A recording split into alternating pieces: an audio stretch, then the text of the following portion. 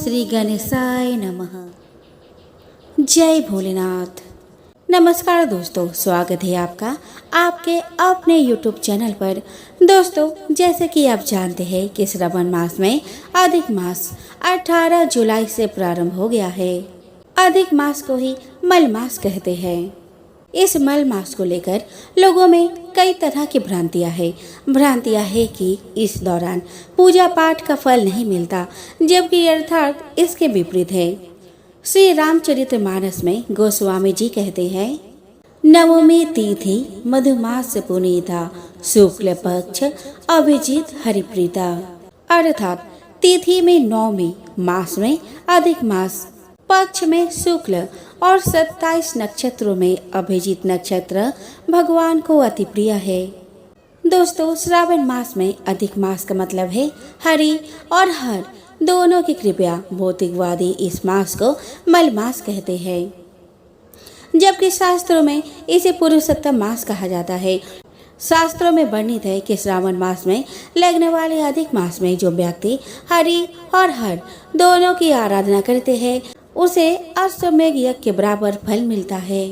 दोस्तों, इस काल में अपने सारे शुभ नए कार्य छोड़कर भगवान की आराधना और दान में लगाना चाहिए। नियमित रूप से शिव पर जल अर्पण करें, सोमवारी का व्रत करें, साथ में भागवत कथा का भी श्रवण करना चाहिए। तो दोस्तों, आज है सोमवार और आज इस वीडियो में मैं आपको सुनाने वाली हूँ गंगा माँ, पार्वती माँ, माँ शेरावाली और काली माँ की पावन कथा। इस कथा को सुनने से आपकी हर मनोकामनाएं पूरी करेंगी ये देवियाँ। घर में सुख समृद्धि और धन धान्य की कभी भी कमी नहीं रहेगी।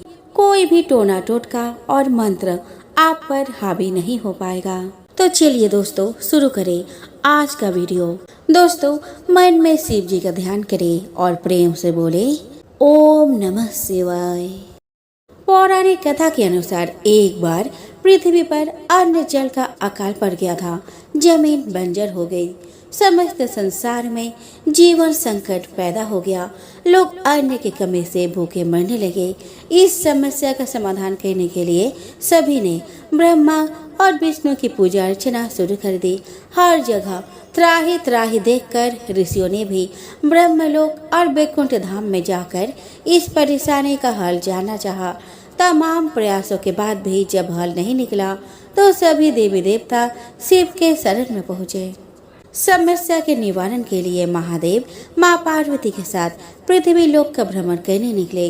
शिव ने पृथ्वी वासियों के लिए भिक्षु का रूप धरा और माता पार्वती माँ अन्नपूर्णा का रूप में पृथ्वी पर प्रकट हुई। समस्त संसार के कल्याण के लिए शिव ने माँ अन्नपूर्णा से भिक्षा में अन्न मांगा। ये अन्न और जल भोले भंडारी ने पृथ्वी वासियों में वितरित किया और लोगों के भरण पोषण का संकट खत्म हुआ। माँ अन्नपूर्णा की तस्वीर में शिव भिक्षा मांगते हुए नजर आते हैं। देवी अन्नपूर्णा को अन्नदा और शाकंभरी भी कहते हैं। दोस्तों, पौराणिक कथा के अनुसार धरती पर अवतरित होने से पहले माँ गंगा देवलोक में रहती थी। यही कारण है कि उन्हें देव नदी भी कहा जाता है। कहा जाता है कि माँ गंगा को धरती पर लाने का कार्य भागीरथ ने किया था और भागीरथ के कठोर तप के कारण ही माँ गंगा धरती पर अवतरित हुई। शिव पुराण के अनुसार महाराज भागीरथ एक प्रतापी राजा थे। भागीरथ ने अपने पूर्वजों को मोक्ष दिलाने के लिए माँ गंगा को धरती पर लाने की ठानी और कठोर तपस्या करनी शुरू कर दी। भागीरथ के तप से माँ गंगा प्रसन्न हुई और धरती पर अवतरित होने के लिए तैयार हो गई। इसके बावजूद भागीरथ की समस्या का हल नहीं हो सका, क्योंकि समस्या यह थी कि माँ गंगा का देवलोक से सीधे धरती आना संभव नहीं था। माँ गंगा ने भागीरथ से कहा कि वह देवलोक से सीधे धरती पर नहीं आ सकती, क्योंकि धरती उनका तेज वेग सहन नहीं कर पाएगी और वह रसातल में चली जाएगी। भागीरथ अपने समस्या के हल के लिए ब्रह्मा जी के पास पहुंचे। ब्रह्मा जी ने भागीरथ को शिव जी को प्रसन्न करने के लिए कहा। भागीरथ ने शिव जी को प्रसन्न करने के लिए तपस्या शुरू कर दी। शिव जी भागीरथ के तपस्या से प्रसन्न हुए और वरदान मांगने को कहा।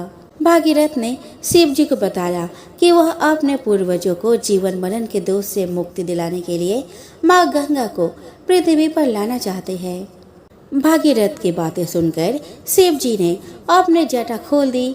इस तरह माँ गंगा देवलोक से सीधे शिव जी के जटा में समाई। शिव जी के जटा में आते ही माँ गंगा का वेग कम हो गया। यही कारण है कि भगवान शिव जी के कई नामों में उनका एक नाम गंगाधर भी है। शिव जी ने जटा से एक छोटे से पोखर में छोड़ दिया, जहाँ से गंगा 7 धाराओं में प्रवाहित हुई। गंगा के स्पर्श होते ही भागीरथ के पूर्वजों को मोक्ष की प्राप्ति हुई। दोस्तों, माँ दुर्गा के अनेक नाम है। शेर पर सवार होने के कारण माँ अम्बे को शेरावाली कहते हैं, लेकिन माँ दुर्गा को शेरावाली के नाम से पुकारने के पीछे एक कथा भी प्रचलित है। इस कथा के अनुसार भगवान शिव को अपने पति के रूप में पाने के लिए माँ पार्वती ने हजारों वर्षों तक तपस्या की थी। इस तपस्या का तेज इतना अधिक था कि माँ पार्वती का गोरा रंग सांवला पड़ गया था, लेकिन तपस्या सफल हुई और माँ पार्वती को भगवान शिव पति के रूप में प्राप्त हुए। एक बार शाम के समय माँ पार्वती और भगवान शिव के साथ कैलाश पर्वत पर बैठे थे। भगवान शिव ने हास्य बोध में माँ पार्वती के रंग को देखकर उन्हें काली कहकर पुकारा। यह शब्द माता को अच्छी नहीं लगी। वह तुरंत कैलाश पर्वत छोड़कर वन में अपने गोरे रंग को फिर पाने के लिए घोर तपस्या करने बैठ गई। जब वे वन में तपस्या कर रही थी, तभी एक भूखा शेर माँ को खाने के उद्देश्य से वहां पहुंचा, लेकिन वह शेर चुपचाप वहां बैठकर तपस्या कर रही माता को देखता रहा। माता की तपस्या में सालों बीत गए और माँ पार्वती के साथ वह शेर वहीं बैठा रह गया। जब माता पार्वती की इस तपस्या को खत्म करने वहां भगवान शिव पहुँचे और उन्हें फिर गोरा होने का वरदान दिया, तब माँ पार्वती गंगा स्नान के लिए चली गई। स्नान के लिए गई माँ पार्वती के शरीर से एक और काले रंग की देवी वहां प्रकट हुई। उस काली देवी के निकलते ही माता पार्वती एक बार फिर गोरी हो गई और इस काले रंग की माता का नाम कौशिकी पड़ा। जब माँ पार्वती का रंग गोरा हुआ तो माता पार्वती को एक और नाम मिला, जिसे उनके भक्त गौरी नाम से जानते हैं। जब माँ पार्वती वापस अपने स्थान पर पहुंची तो शेर को वहीं बैठा पाया। इस बात से प्रसन्न होकर माता गौरी ने उस शेर को अपना वाहन बना लिया और वे शेर पर सवार हुई। यही कारण है कि माँ दुर्गा को शेरावाली कहा जाने लगा। एक समय पर महिषासुर नामक एक भयंकर राक्षस ने चारों ओर हाहाकार मचा दिया। वो जहाँ तहाँ मौत का नाच नाचता और उसके गण ऋषियों के यज्ञों में विघ्न उत्पन्न किया करते थे। महिषासुर को वरदान प्राप्त था कि कोई भी देव, पशु या नर उसका वध नहीं कर सकता था, इसीलिए स्वयं त्रिदेव भी उसको मारने में असमर्थ थे। निरंकुश दैत्यराज महिषासुर ने अपने वरदान को कवच के रूप में प्रयोग करते हुए देवलोक में भी अपना आधिपत्य जमा लिया और देवों को वहां से निकाल फेंका। देवताओं के यज्ञ भाग को भी उसने अपने वश में कर लिया। दैत्यराज से परेशान होने के बाद सभी देवता त्रिदेवों के पास गए और उनकी स्तुति करने लगे। सभी देवताओं के मुख पर चिंता का कारण त्रिदेव पहले से जानते थे। यह सब हाल जानकर भगवान शिव मुस्कुराए और बोले कि हे नारायण, आप देवी आदिशक्ति के प्रादुर्भाव का समय हो गया है। अब समय है कि हम सभी अपने तेज से इस जग की रक्षिका देवी दुर्गा का आह्वान करें।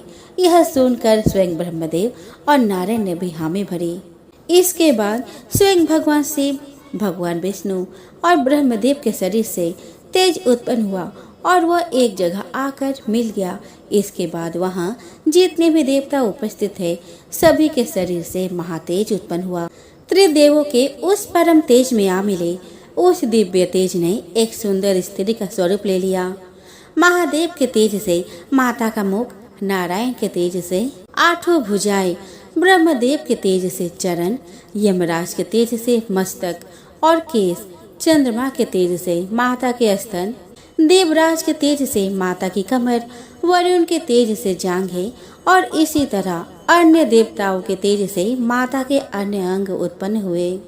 महादेव ने अपने त्रिशूल से शूल, नारायण ने अपने चक्र से एक दिव्य चक्र, ब्रह्मदेव ने एक दिव्य कमंडल, देवराज इंद्र ने एक दिव्य और शक्तिशाली वज्र, सागर ने सुंदर रत्नों से सजे आभूषण, कभी मैले न होने वाले वस्त्र और मुकुट दिए।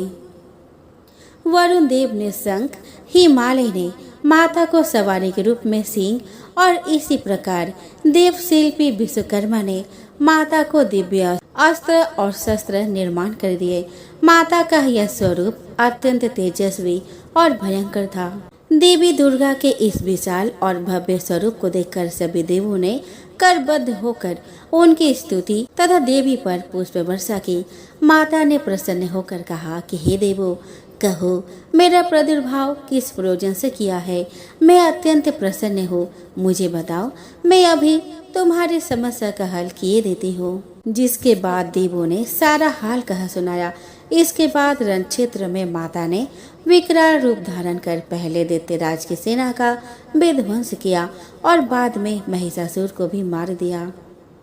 दोस्तों, जगत जननी माँ अम्बा ने राक्षसों का संहार करने के लिए माँ काली का विकराल रूप धारण किया था। उनके इस रूप के पीछे शास्त्रों में बहुत सारी कथाएं प्रचलित है और पुराणों में भी इनका आख्यान मिलता है। तो आइए जाने माँ के भयानक और ममतामय स्वरूप की कथा। दारुक नामक राक्षस ने ब्रह्मा जी को प्रसन्न करने के लिए कड़ी तपस्या की। उसे प्रसन्न होकर ब्रह्मा जी ने उसे वरदान दिया कि उसकी मृत्यु केवल महिला के हाथ से होगी, अन्य कोई भी उसे मार नहीं पाएगा। तो राक्षस ब्राह्मण जी के वरदान का गलत फायदा उठाने लगा और उसने सारे ब्राह्मणों, संतों और देवताओं का जीना मुश्किल कर दिया।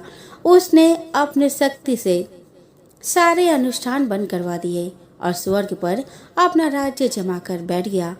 सारे देवता उससे लड़ने गए पर निराश होकर वापस लौट आए। तब ब्रह्मा जी ने बताया कि यह राक्षस सिर्फ किसी स्त्री के हाथों ही मारा जाएगा। सारे देवता मिलकर भगवान शिव के पास मदद की गुहार लगाने पहुँचे। दारुक राक्षस के आतंक के बारे में बताया। तब इस समस्या के समाधान के लिए भोलेनाथ ने जगत जननी माँ पार्वती की तरफ देखा और कहा कि हे कल्याणी, जगत के हित के लिए और इस दारुक दैत्य के लिए मैं तुमसे प्रार्थना करता हूँ। इतना सुनकर माता पार्वती मुस्कुराई और अपना एक अंश भगवान भोलेनाथ में प्रवेश करवा दिया। माँ भगवती का वो अंश भगवान शिव के गले से अवतरित हुआ। भोलेनाथ ने तभी अपना तीसरा नेत्र खोला और उनके नेत्र के द्वार से माँ ने भयंकर काली का विकराल रूप धारण कर लिया। उनसे इस रूप को देखकर देवता वो राक्षस वहां से भागने लगे। उनका रूप इतना भयंकर था कि कोई भी उनके सामने टिक न पाया। माँ काली के सिर्फ हुंकार से ही सारे दैत्यों का नाश हो गया। सारे असुर जलकर भस्म हो गए, लेकिन तब भी उनका गुस्सा शांत न हुआ और उनके क्रोध की अग्नि से सारे लोग जलने लगे। देवताओं ने पुनः भोलेनाथ से मदद मांगी। तब महादेव ने माँ काली के गुस्से को शांत करने के लिए एक बालक का रूप धारण किया। उनके इस रूप को बटुक भैरव भी कहा जाता है और उस बालक के रूप में भोलेनाथ जोर जोर से रोने लगे। उनके रोने की आवाज से माँ काली के कानों में माँ काली के कानों में पड़ी। माता ने उस प्यारे से बालक को अपने गले से लगा लिया और तभी माता वापस से अपने सौम्य रूप में आ गई।